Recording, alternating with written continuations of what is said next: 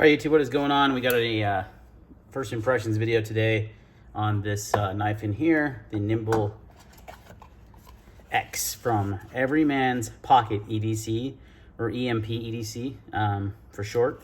Got some nice stickers, and we're missing the knife. Just kidding. This is a M390 blade, date of birth May 2022, so just barely. This was from the first run that was just released. He actually has another drop, well, had a drop today. My guess is it sold out, but I was able to get this on the secondary market from one of my YouTube subscribers, actually. Rich, thanks for hooking me up on this, man. He said it was a little small for him, so this is the larger version too. So I imagine the small one is way too small for him.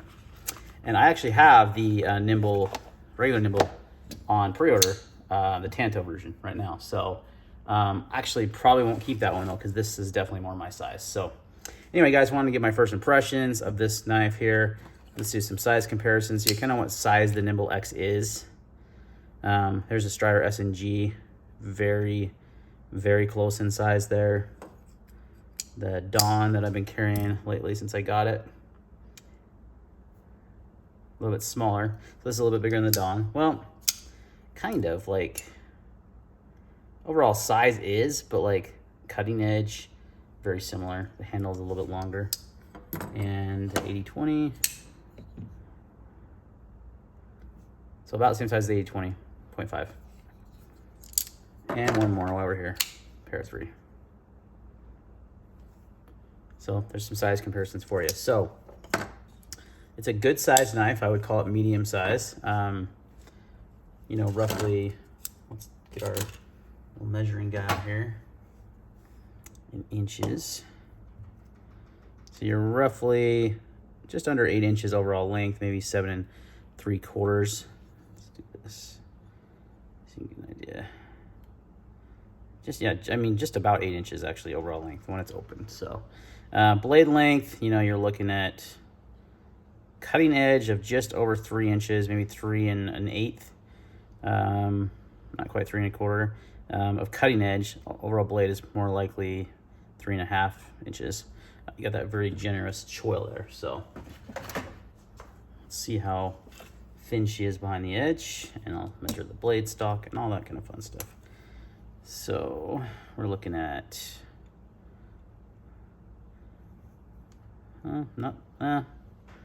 about 16 thousandths behind the edge. So pretty good. Nice and slicey. Gotta like that. Your handle length is pretty slim also. I think it's under 1/2 inch. That's what the pocket clip. Yeah, 0.486. As far as the thickness is concerned, the width, because it is opening hole, it's gonna be a little wider. It's 1.4 inches, so it's a little bit wider in the pocket. If you look at like the Dawn, it's quite a bit slimmer. I mean, you can see the huge difference here. That's just barely over 1 inch wide. And if you like the SNG,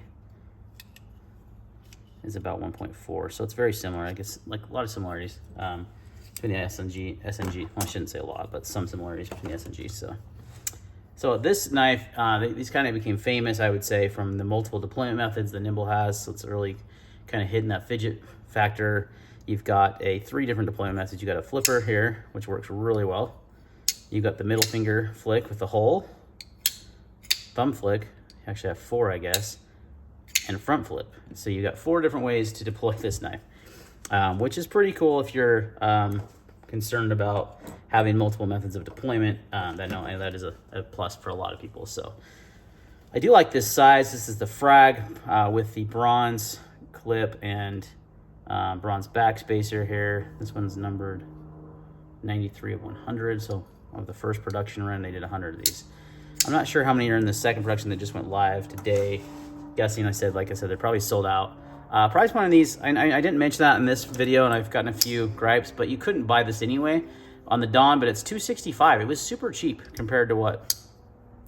I think these are $365 or at least $330. They're in that $330 to $365 range. So this is definitely a little less expensive and just as good of a knife, really. So far, I've been really, really loving the Dawn. I just got this in today, so again, this is a first impressions, and it's nice. It's got a nice detent, the action's smooth, the flipping action works great, the middle finger flick works great, the front flip works fine. Got a smooth action out of the box. You know, no complaints so far. I really dig it. Actually do have one complaint. So I do love, before I get to the complaint, I'm going to talk about what I love so far. The jimping is so much. Look at all that jimping. That is a lot of jimping. That might be negative for some people, but what I like is when my thumb rests, guess where it rests? Right in the jimping. Right in the middle. Most blades, my thumb, like the jimping's back here on the Dawn, it's all the way up here. My thumb rests clear up on the blade. No jimping. The Para 3 does it well because it's designed to have that hump there and the jimping's right there. So I do appreciate that. I think the 80-20. Yeah, 80-20 does it well. Your thumb lands on that jimping. But so many knives it doesn't, and I don't get that. I'm like, look, this Stride, the SNG, perfect, right? Your thumb lands right on that jimping. So kind of interesting that a lot of knives put jimping where it doesn't extend too much on the blade. This one, there's no way you're missing it. You'd have to have super long fingers. Your thumb, I mean, your hands would have to be huge to not hit that jimping. So that is nice. I like that. One thing I'm not a fan of so far is the handle length is big, but like you have to choke back on the knife. Like, so like this hump right here, because of the flipper, you know, tab and all that, you know, when it's open, it's hidden, right? But you have to hide it because it's got that tab. So it makes this part of the handle, you know, you're pretty much forced to choke back, clear back here, right?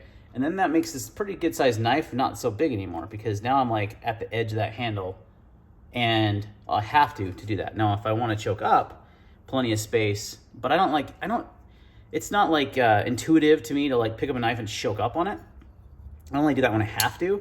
For me, it's like, where do I grab it? Oh, right there. And it works and it has enough handle, but it's this, how the design is, you don't get as much handle as you should at real estate, if that makes any sense. Because you could hold it up here and it doesn't feel horrible, but it doesn't feel good. Like this is much more comfortable, but you're taking up all your handle real estate. So if you look at like the SNG, if you choke back, you got quite a bit of handle there. You can choke up real easily, but that's because it's not a flipper. I think that's what's kind of causing this issue. The Dawn, I think the Dawn has a bigger handle and it doesn't have a bigger handle, but I just have more handle real estate, if that makes sense, because I'm not forced to choke back. I can get all the way up there. So that's just a minor gripe, first impression of this design. I do think I think the smaller one's gonna be too small for me, so I'll probably, once I get that pre-order in, 6 months from now, whenever it comes, I'll probably end up selling that one, but because I do like this size better. But that's my only gripe so far. I really like the aesthetics, the frag pattern is really nicely done. The pocket clip works fine. It's not like my favorite pocket clip ever. Definitely not deep. Well, it's pretty deep carry actually, and it works and it goes with the design of the knife. But aesthetically, not. I don't know. It works? It's not bad. It's not my favorite clip. Like I keep going back to this knife because this knife's done so well. That's like a really well executed pocket clip. You don't feel anything. You don't feel that clip on the knife anywhere. On this one, you don't feel it either. So in that aspect, well designed. Just maybe a little wider than it needs to be. I don't know. But those are nitpicks, guys. I mean, other than that, I really like it. I like the sheep's foot blade. It's a great choice. This nice hollow fuller up here is slick. Again, thin behind the edge. M390 blade still, yippee-doo. I even have 100 knives in it. I don't have 100 knives, but I have a bunch of knives in M390, including this one.